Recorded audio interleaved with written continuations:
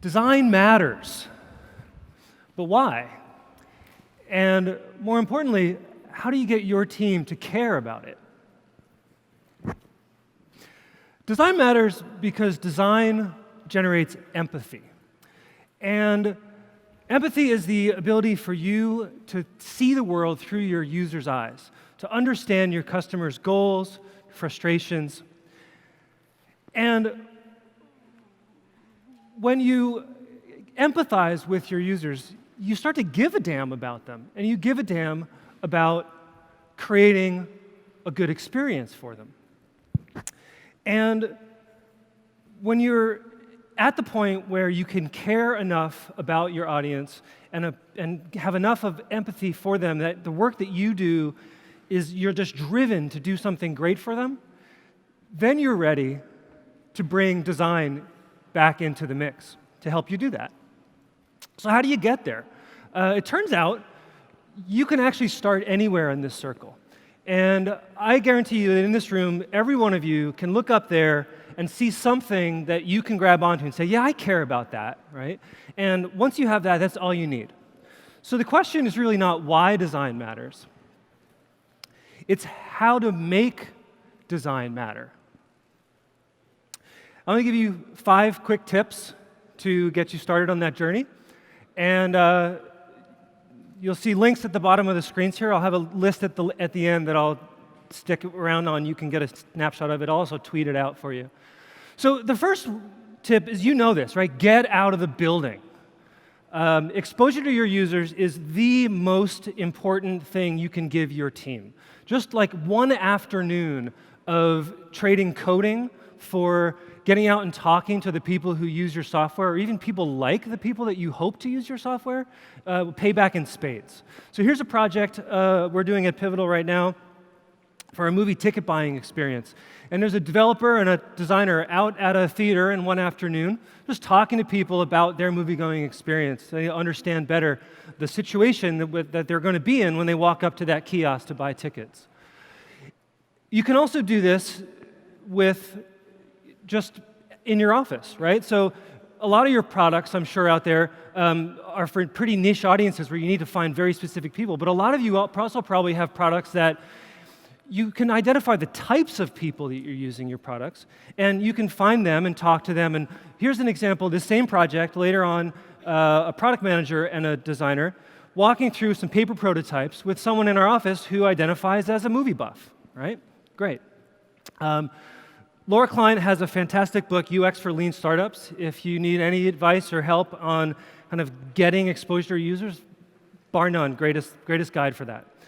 So how do you find those types of people, right? So one of the things that we do at Pivotal is user-centered design. And personas and scenarios are the bedrock of user-centered design practices. Really what this means is developing for your team a shared understanding of your target audience. Here's a current project at Labs, Pivotal Labs. So you see that these personas are, there's a photo and there's printouts and whatnot, but they're also living documents, living guides to our current understanding of those people. So this is up on the wall right near where everyone sits. See, there's stuff scratched out. There's other sticky notes. As we're starting to understand better our audience, we can continue to evolve that understanding. That doesn't have to be high fidelity either, right? So this is an example from the very first day of a project. I sat with this team for an hour, and we just said, okay, talk to us about your best understanding at the moment of who the types of users you're trying to attract to this experience are. And you get those all down, it gives you all a common place to start. Huge. Great tools at Extensio to help you with templates and some guides on how to develop these things.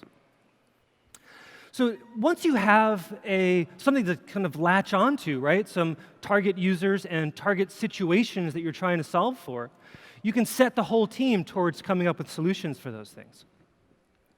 Here we're back at the movie kiosk project. Here we see a developer, product manager, designer.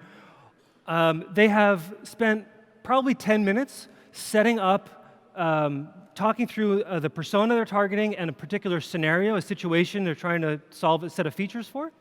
And they've all now individually sketched out some ideas for the solution, and they're now sharing it back. So this idea is called a design charrette, and the Nielsen Norman Group, among others, has some really good resources for that.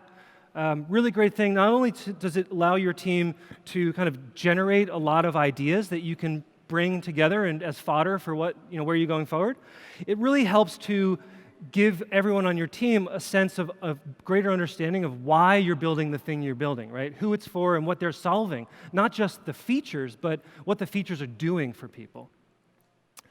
Once you're ready to build, take those user stories that I'm sure most of you are familiar with, right? The common format as a blank, I want to, so I can, and set those through the lens of your persona, right? So make your stories, describe your application through the eyes of your users.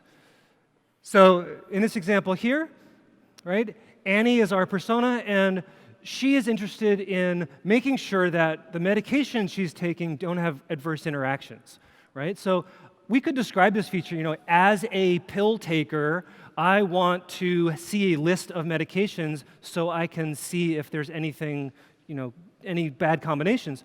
But by just setting this up as the user's mindset, it really sets the whole team, again, towards, okay, yes, this feature does X, but here's why, and here's who it's for. It helps everyone to check against that bias to just like, I'll get it done, and it's fine, it works, right?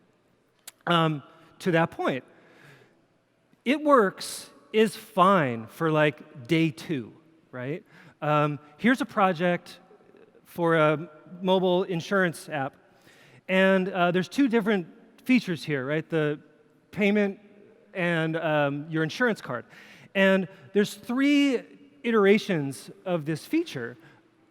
And the first one is let's just make it work, right? That's the bar you have to set, of course, right? Does my software crash? Can you accomplish the task? The second thing you can do is say, great, okay, we can do it, but is there a way that we can make it smoother, more enjoyable, less friction, right? And then you have a third level, which is, can we really make this thing great, right? Can we make this painless to use? Can we make this fun to use, depending on your context, right? Mike Cohn from Mountain Goat Software has really great write-up of this stuff for multiple levels of done. Check it out.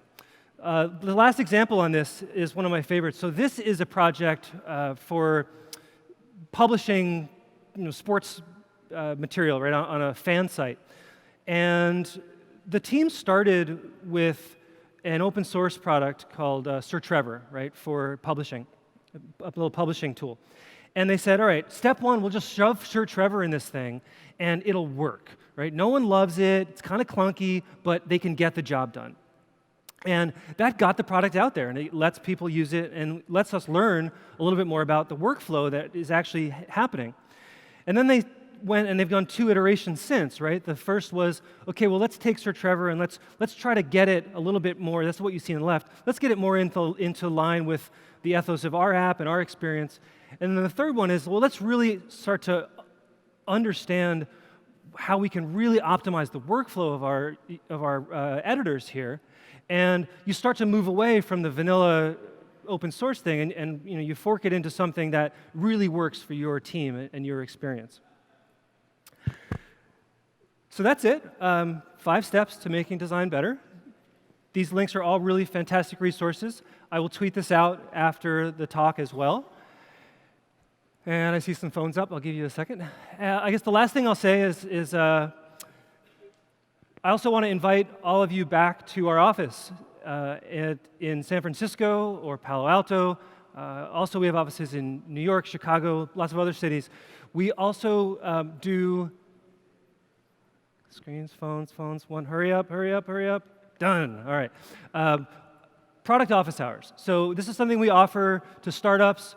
Just follow this link, pivotal.io/POH, and sign up for an hour of free consulting with our Pivotal Labs consultants. Help you out on this journey of making design matter for your team. Thank you.